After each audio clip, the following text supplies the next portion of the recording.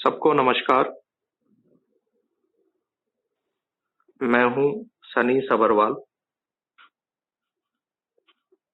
और आज हम लोग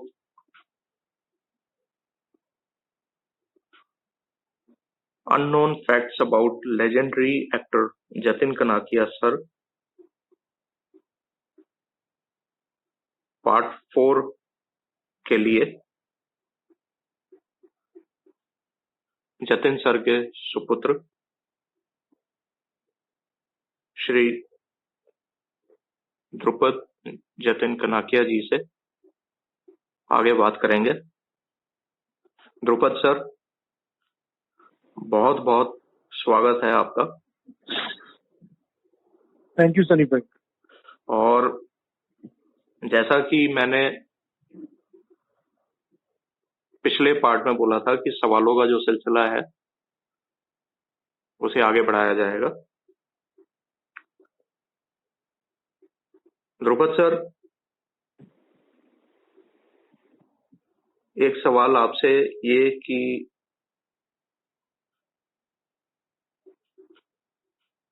आज जतिन सर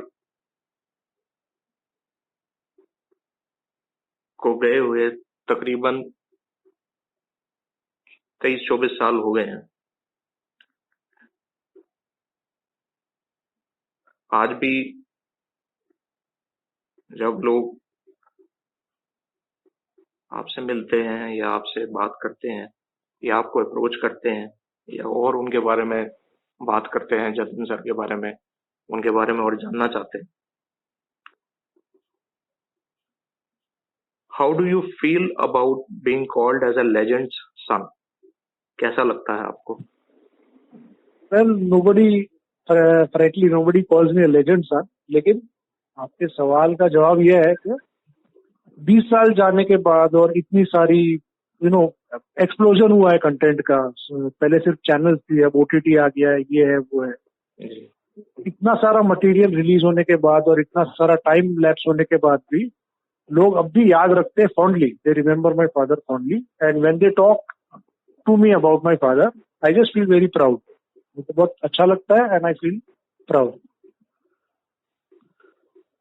जतिन सर ने अपने काम से, अपने टैलेंट से जो अचीव किया वो आने वाली जनरेशन्स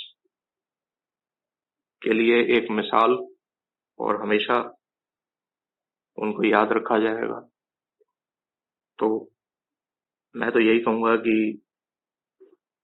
एक इंस्पिरेशन हम सब के लिए जतिन सर।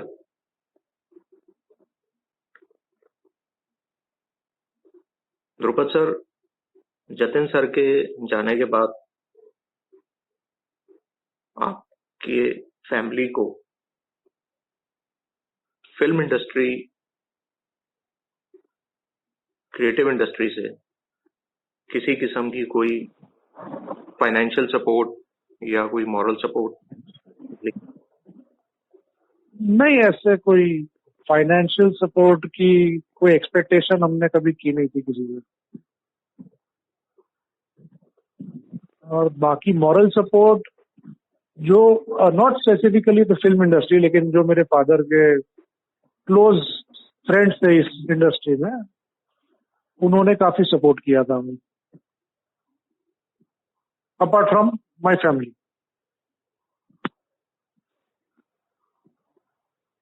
उनके क्रिएटिव इंडस्ट्री के दोस्त,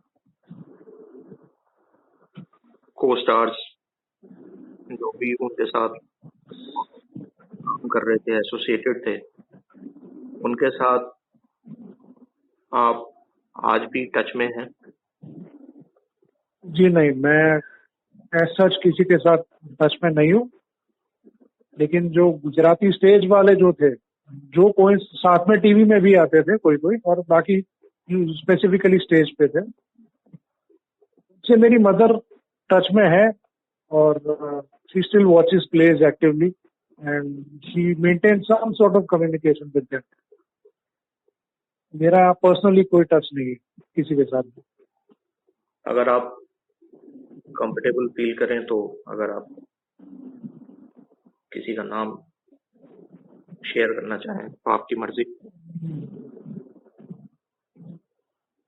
अपरा मेहता जी है, आसिफ मेहता है, और सिद्धार्थ रांदेरिया जी है। मतलब ये जो मेरे फादर के टाइम पे भी ये काफी एक्टिव थे ये लोग, and they were good friends of my father and they also work with him. तो इन सब के साथ my mother is still in touch, and she watches whatever place they come in, she makes it a point कि कोई भी ऐसा play आए तो जाके देख आती है।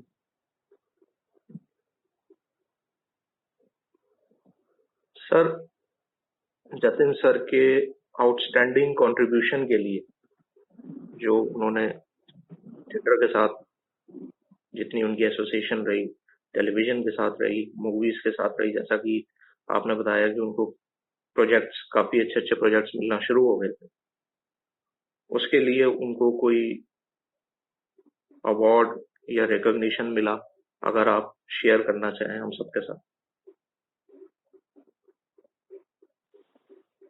जी, अवार्ड्स कभी कई मिले थे, लेकिन कोई प्रोमिनेंट अवार्ड उन्हें एक मिला था, वो that was after his passing, कोई बड़े अवार्ड शो में।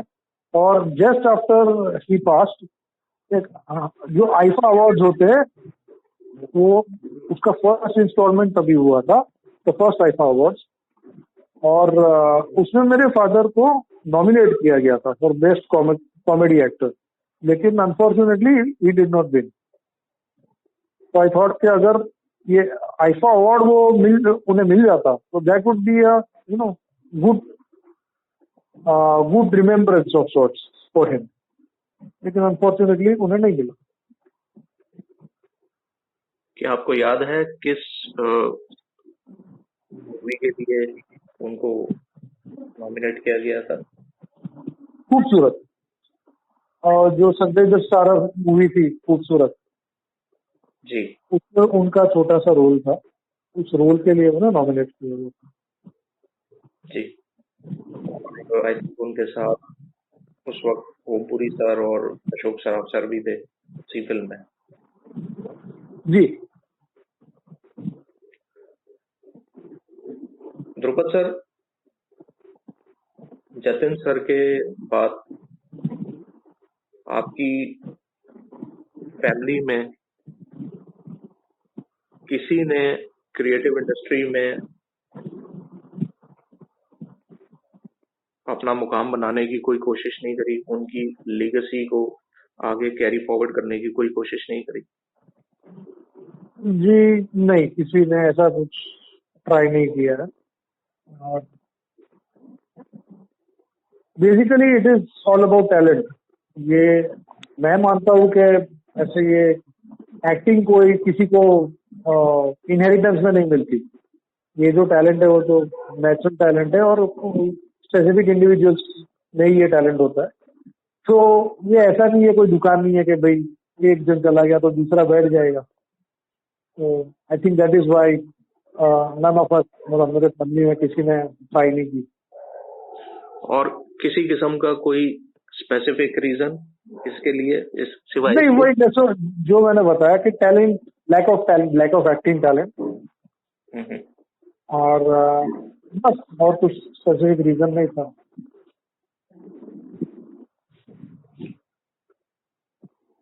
ध्रुपद सर,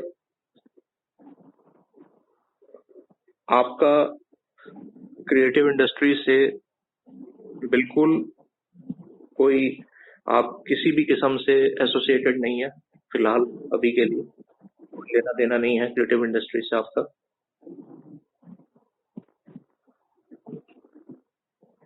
जी बिल्कुल नहीं।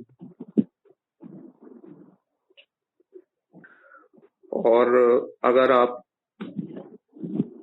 कंफर्टेबल हों, आप प्लीज शेयर करें कि जैसे कि आपने बताया था कि आपका अपना एक फैमिली बिजनेस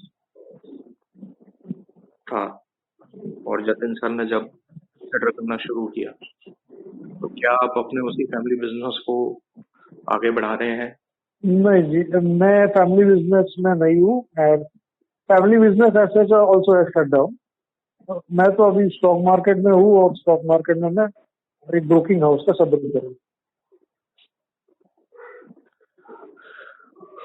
और अभी के लिए तो आपका बिल्कुल क्रिएटिव इंडस्ट्री से किसी किस्म की कोई एसोसिएशन नहीं है, लेकिन क्या आने वाले दिनों में, आने वाले टाइम में क्या ये पॉसिबिलिटी है कि आपकी कोई एसोसिएशन रहे क्रिएटिव इंडस्ट्री? जी बिल्कुल नहीं।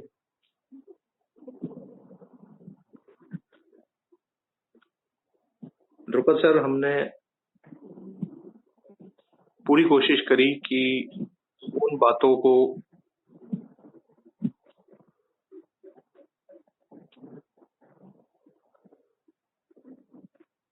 लोगों तक पहुंचाया जाए, जो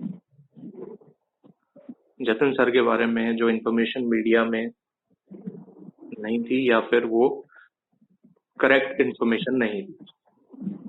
तो इस दौरान अगर मैं कुछ बात या कहीं मैंने कुछ ऐसी बात जो आप शेयर करना चाहें, कहीं कुछ चीज मैं स्किप कर गया, तो आप वो प्लीज, मैं रिक्वेस्ट करूंगा कि आप प्लीज वो शेयर करें हमारे व्यूअर्स के लिए।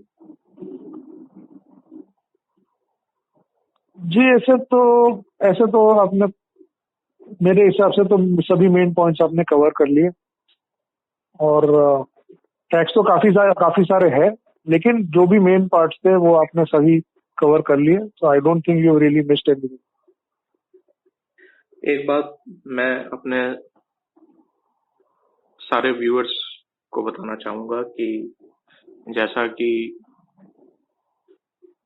हमारे पॉडकास्ट में ये बात हुई कि टीकू तलसानिया सर, जो कि एक बहुत सीनियर एक्टर हैं, और जतिन सर बहुत अच्छे दोस्त रहे। टीकू सर और जतिन सर ने भी एक सीरियल में काम किया था। उस सीरियल का नाम था माल है तो ताल। वो मिड 90s में या लेट 90s में स्टार प्लस पे आता था वो सीरियल। और टीकू सर ने उसमें एक काफी वेल ऑफ एक बिजनेसमैन का आई थिंक एक रोल प्ले किया था, and he was the father in law. और जतिन सर जो थे वो उनके दामाद थे, घर जमाई थे। तो वो जो सीरियल था वो ससुर और दामाद की नोकझोंक पे था। और अभी YouTube में उस सीरियल की कोई भी फुटेज या कोई भी एपिसोड अभी अवेलेबल नहीं, लेकिन वो सीरियल बहुत ज्यादा टाइम तो आई थिंक नहीं चल पाया या नहीं चल सका। लेकिन अगर द्रुपद सर हमें हमारे व्यूअर्स को जरूर ये बताएं, ये शेयर करें कि अगर उनको कुछ आइडिया हो कि ये सीरियल कितना time, I am not certain कितना टाइम चला था, लेकिन आई थिंक 2 साल के आसपास तो चला ही था ये सीरियल। 2 साल के तकरीबन। जी 2 साल का। जी जी।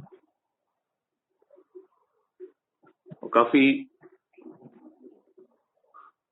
अच्छा सीरियल था, और बिल्कुल जैसे एक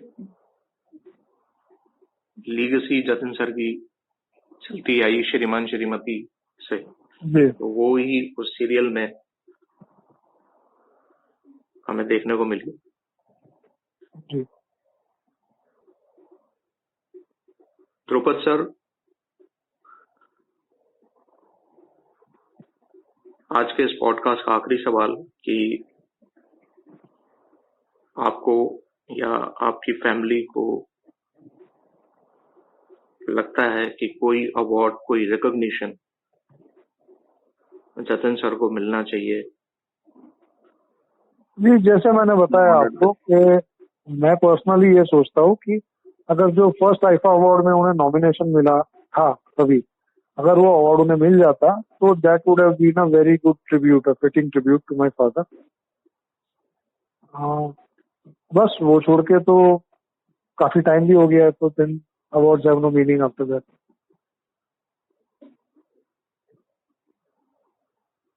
जी Dhrupad sir, I think the biggest award is that 20 साल बाद भी, मतलब जनरेशन चेंज हो गई है, इतना सारा कंटेंट आ गया है, फिर भी उनके काम का एक स्पेसिफिक फिक्स्ड ऑडियंस है जो अब भी हर रोज उनके काम को देखता है। आई think that is the greatest reward that anybody can expect.